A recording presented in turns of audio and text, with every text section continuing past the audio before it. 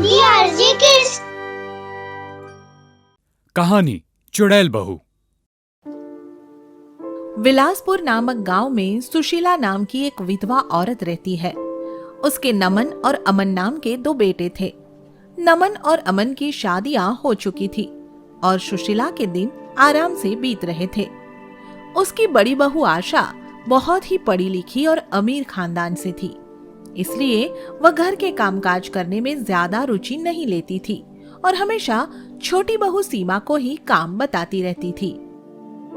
अरे सीमा, मेरे सिर में बहुत जोर का दर्द है, जरा 1 कप चाय बनाकर ला दे।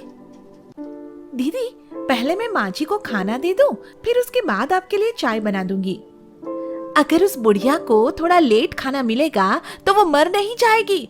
जा, उसके खाने की चिंता छोड़ और पहले मेरे लिए चाय बनाकर ला। ठीक है दीदी।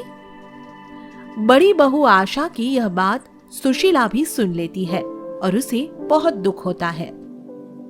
बड़ी बहू तो किसी काम की नहीं, हमेशा हुक्म बजाती रहती है, मगर छोटी बहू की जितनी भी तारीफ करूं कम है। मेरा बुढ़ापा तो छोटी बहू के सहारे ही कटेगा। सुशीला यह कह ही रही होती है कि तभी वहां उसका बड़ा बेटा नमन आ जाता है। अरे माँ, अकेली बैठकर क्या बड़बड़ाए जा रही हो? क्यों रे, तू बहू को समझा नहीं सकता? घर के सब काम तो छोटी बहू करती है, वह तो बस बैठी हुक्म चलाती है।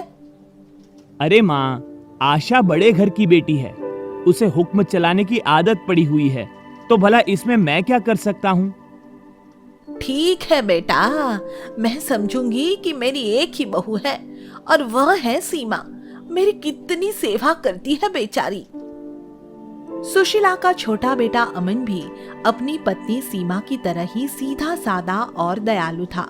वह भी अपनी माँ की हर बात मानता था और हमेशा उसकी सेवा और देखभाल के लिए तैयार रहता था। वह सीमा को भी हमेशा एक ही बात समझाता था कि देखो सीमा, माँ की सेवा और देखभाल में कभी कोई कमी नहीं आनी चाहिए। मेरे लिए माँ से बढ़कर कुछ नहीं है। मैं तो दिन रात उनकी सेवा ही करती हूँ जी। दीदी भी इस घर की बहू है, पर उसे तो न इस घर की फिक्र है और न ही माँ जी की। उसकी बात छोड़ो सीमा, उसे जो करना है करे। इस तरह दिन बीतते जाते हैं और फिर एक दिन घर पर सीमा अकेली होती है। वह आईने के सामने खड़ी होकर उसमें खुद को निहार रही होती है कि तभी अमन वहां आ जाता है और सीमा, तुम चुड़ैल हो? नहीं जी, मैं चुड़ैल क्यों होंगी? क्या मैं आपको कहीं से चुड़ैल दिखाई दे रही हूँ? चुप कर, चुड़ैल कहीं की। मैंने आईने में देख लिया था कि तू चुड़ैल है। अब बहाने बनाने और झूठ बोलने से कुछ नहीं होगा। अमन के ये कहने पर सीमा रोने लगती है और उसे सच बताने पर मजबूर हो जाती है। हाँ, मैं सचमुच एक चुड़ैल हूँ जी, मगर मैं एक शरीफ चुड़ैल हूँ और आपकी पत्नी हूँ। मैं किसी को हानि नहीं पहुँचाती और इसीलिए तुम्हें घर में रख लूं, यही कहना चाहती है ना? पर ऐसा नहीं होगा। चल निकल जा मेरे घर से। मुझ पर दया करो जी, मैं आपके बिना नहीं रह पाऊंगी। यह कहकर सीमा फूट फूट कर रोने लगती है और मुझे घर से मत निकालो जी, मुझे अपने घर की नौकरानी ही बनाकर रख लो। मुझे अपनी माँ की सेवा कराने के लिए ही घर में रहने की इजाजत दे दो। जब सीमा इस तरह रोने और गिड़गिड़ाने लगती है तो अमन का दिल पिघल जाता है और वो सोचने लगता है कि अरे क्या हुआ, ये बेचारी चुड़ैल है तो आखिर है तो मेरी पत्नी, और एक पत्नी भला अपने पति का क्या नुकसान कर सकती है? ऊपर से कितनी नेक दिल है, दिन रात मेरी माँ की सेवा करती है। बस यही सोचकर अमन का मन बदल जाता है और वह इस बात को वहीं दबा लेता है। ठीक है, रोना धोना बंद करो। मैं तुम्हें घर में रख लेता हूँ और तुम्हारी असलियत भी किसी को नहीं बताऊंगा। मगर क्या जी? मगर तुम कभी मेरे करीब नहीं आओगी और ना ही कभी मेरे साथ कहीं चलोगी। ठीक है जी, जैसी आपकी इच्छा। सीमा अमन की शर्तें मान लेती है और फिर कभी भी उसके करीब नहीं जाती। वह दिन रात सुशीला के ही आसपास चक्कर काटती रहती है। वह सुशीला की तन मन से सेवा करती है और इसीलिए सुशीला हमेशा, बेटी सीमा, मैंने अपने पूर्व जन्म में जरूर अच्छे कर्म किए होंगे जो तुझ जैसी नेक बहू मिली। भगवान तुझे सदा सुहागन रखे। सदा सुहागन का आशीर्वाद मिलने पर सीमा की आंखें भर आती है और वह मन ही मन सोचती है, बाजी, इस दुनिया में मुझसे बदनसीब और कौन होगा जिसका पति उसे करीब आने तक की इजाजत तक नहीं देता। मैं एक चुड़ैल हूं तो इसमें मेरा क्या दोष।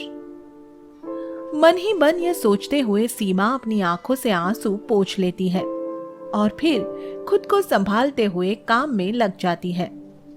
फिर कुछ दिन बाद उसकी सास सुशीला की तबीयत अचानक बिगड़ जाती है और इसी कारण उसे अस्पताल ले जाना पड़ता है।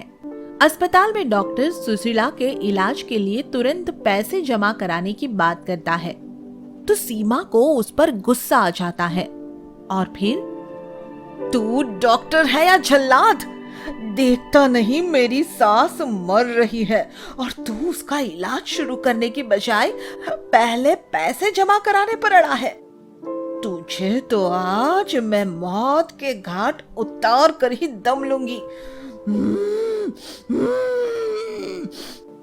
उसी समय सुशीला के दोनों बेटे और बड़ी बहू आशा सभी अस्पताल में आ जाते हैं और सीमा को चुड़ैल के रूप में देखकर घबरा जाते हैं।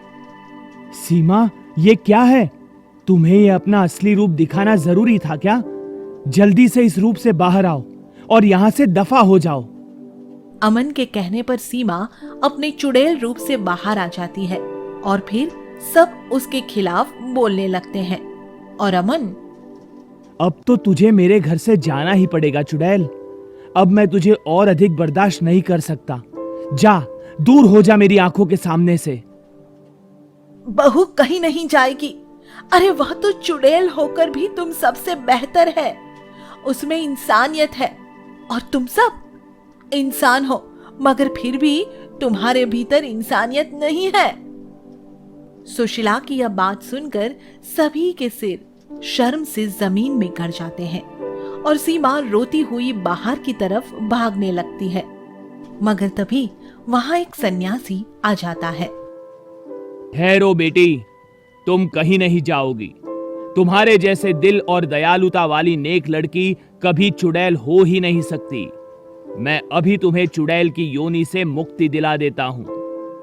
यह कहकर सन्यासी अपनी मंत्र शक्ति से उसे हमेशा के लिए चुड़ैल रूप से मुक्त कर देता है और वह अपने पति व परिवार के साथ खुशी खुशी रहने लगती है।